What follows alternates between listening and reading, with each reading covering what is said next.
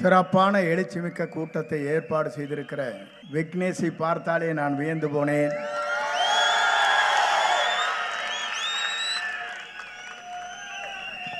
அவருடைய ஆற்றலும் சிந்தனையும் எதிர்கால தமிழகத்தை உருவாக்குவதற்கு அவர் உறுதுணையாக இருக்கிறார் என்பதை என்னால் காண முடிகிறது. அதற்காக முதலில் என்னுடைய வாழ்த்துக்களையும் பாராட்டுதலையும் நான் தெரிவித்துக் கொள்கிறேன். இந்த நல்ல நிகழ்ச்சிக்கு யார் வந்திருக்கிறார் என்று சொன்னால், உயிரோடு நேசிக்கிறவர், தலைவரை நேசித்து 30 ஆண்டு காலம் தன் அயராத பணியின் காரணமாக மன்றம், மக்கள் நலன், இப்போது இயக்கம் என்ற முறையில் உருவாக்கி இருக்கிற என் போற்றுதலுக்குரிய பொதுச் செயலாளர், என் அன்பிற்கினிய அருமை அண்ணன் குசி ஆனந்தன் அவர்களே, சிறந்த நிகழ்ச்சியிலே கலந்து கொண்டு போர்ப்படையின் தளபதியாக இங்கே வருகை தந்திருக்கிற கொள்கை பரப்பினுடைய பொதுச் செயலாளர், என் அன்பிற்கினிய சகோதரர் அர்ஜுன் அவர்களே, சிறந்த நிகழ்ச்சியிலே கலந்து கொண்டிருக்கிற துணை பொதுச் செயலாளர் அவர்களே, இந்த நல்ல நிகழ்ச்சியிலே கலந்து கொண்டிருக்கிற ஆற்றல் மிக்க மாவட்டத்தினுடைய கழகத்தின் செயலாளர்கள் சம்பத்குமார் அவர்களே, யுவராஜ் அவர்களே, பாப் அவர்களே, ராஜ்குமார் அவர்களே, இங்கே வருகை தருகிற போதே நான் பார்த்தேன், எல்லோரும் இந்த மாவட்டத்தில் அமைச்சர்கள் பல பேர் இருக்கிறார்கள். அமைச்சர் அத்தனை பேருக்கும் சிம்ம சொப்பனமாக இந்த கூட்டம் இங்கே இருந்து கொண்டிருக்கிற காட்சியை நான் காணுகிறேன். நாளை என்ன நடக்கப் போகிறது என்று வேந்து போய் கொண்டிருக்கிறார்கள். 50 ஆண்டு கால அரசியலுக்கு பிறகு புரட்சி தலைவரிடத்திலே இதைத்தான் கேட்டார்கள். அண்ணாயிசம் என்றால் என்ன என்று கேட்டார்கள். அப்போது அவர் சொன்னார், அண்ணாயிசம் என்பது ஒழுகாத வீடு, கிளியாத உடை, ஆறாத சோறு இந்த மக்களுக்கு தருவேன், அதுதான் அண்ணாயிசம் என்று சொன்னார்.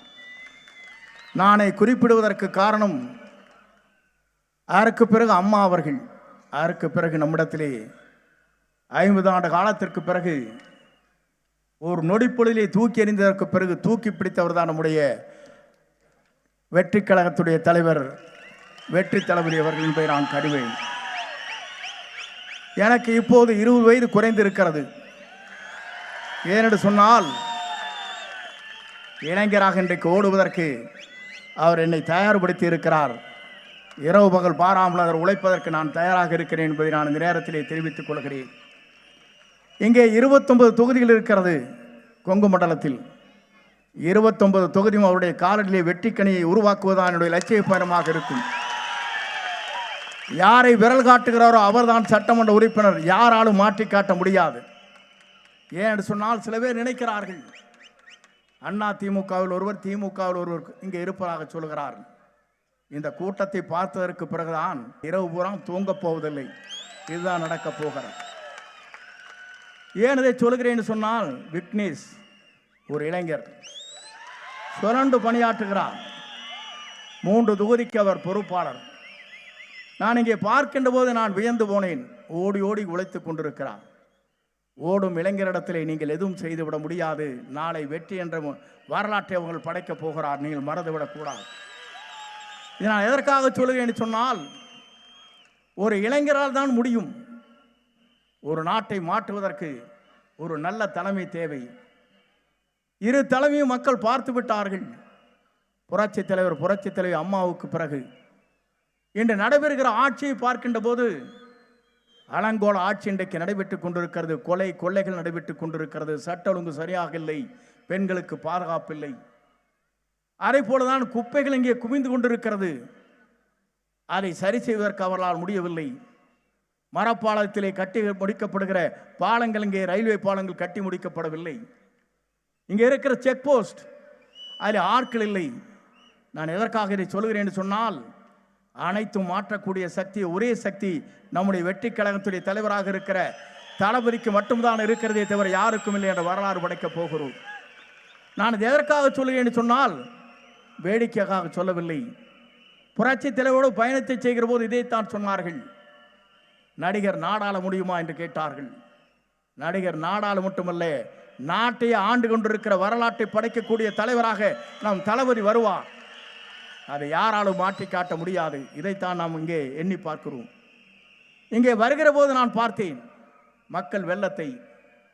₹1 கூட கொடுக்காமல் இவ்வளவு பேர் நீங்கள் கூடியிருக்கிறீர்கள் சொன்னால்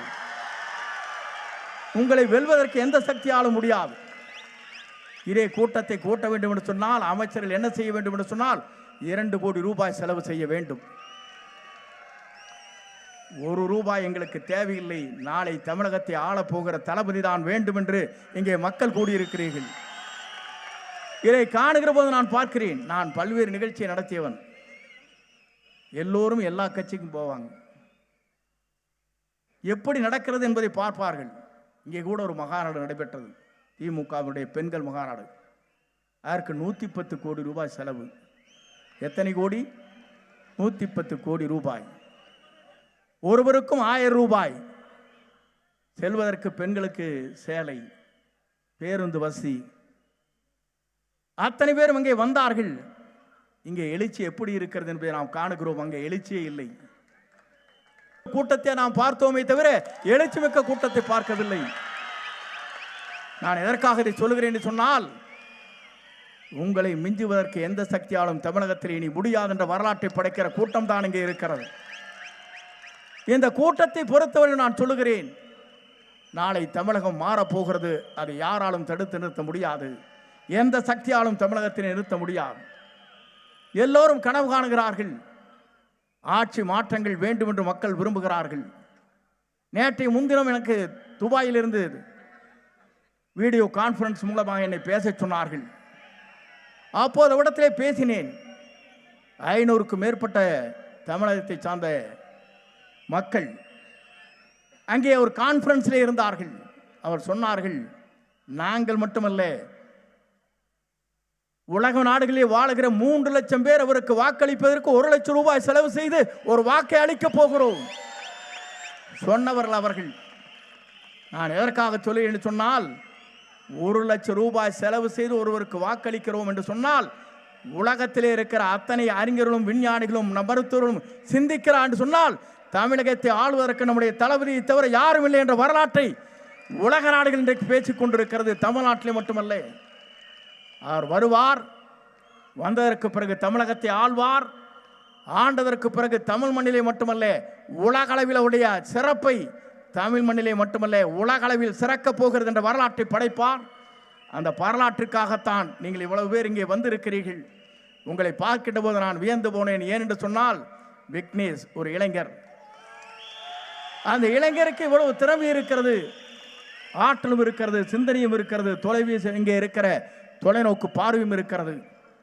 அதே போலதான் இங்கே சம்பத், பாபு, இங்கே இருக்கின்ற நண்பர்கள், ராஜ்குமார் போன்றவர்கள் நான் பார்க்கிறேன். எல்லோரும் இளைஞர்கள், ஓடி ஓடி உழைக்கக்கூடியவர்கள். கொங்கு மண்டலத்தை பொறுத்தவரை 10 தொகுதியை வென்றோம் என்ற ஒரு காலம். ஆனால் 10 தொகுதி இன்றைக்கு நம்முடைய தளபதி யாரை விரல் காட்டுகிறாரோ அவர்தான் சட்டமன்ற உறுப்பினராக ஆக முடியும் என்ற வரலாற்றை நாம் படைத்து காட்டுவோம். அந்த காலத்தை நோக்கி நம்முடைய பயணத்தை மேற்கொள்வோம். ஏனென்று சொன்னால், இன்னும் நேரம் பேச வேண்டும். எங்கள் பகுதியில் 10,000 பேர் இங்கே கூடியிருக்கிறார்கள். அந்த கூட்டத்திலே கலந்து கொள்ள வேண்டி இருக்கிறது. உங்கள் அத்தனை பேருக்கும் மீண்டும் ஒரு முறை கோடான கோடி நன்றி மலர்களை தெரிவித்து, நீங்கள் எல்லோரும் வெற்றி வாகை சூடுங்கள். இளைஞர்களாக இருக்கிற நீங்களுடைய எதிர்காலத்தை நோக்கி பயணங்களை மேற்கொள்ளுங்கள். உங்கள் பயணங்கள் தான் ஏழையின் கண்ணீர் துடைக்கப்படும். பேரறிஞர் அண்ணா அவர் சொன்னாரே, ஏழையின் கண்ணீர் கூர்வாளுக்கு சமம் என்று சொன்னாரே, அந்த கூர்வாளுக்கு சமமாக இருக்கிற ஏழையுடைய கண்ணீரை துடைக்கிற ஒரே தலைவராக நாளை 234 தொகுதியிலும் நம்முடைய தளபதி யாரை விரல் காட்டுகிறாரோ அவர்தான் சட்டமன்ற உறுப்பினர் என்ற வரலாற்றை நாம் படைப்போம் என்று சொல்லி உங்களை வாழ்த்தி விடைபெறுகிறேன். நன்றி, வணக்கம்.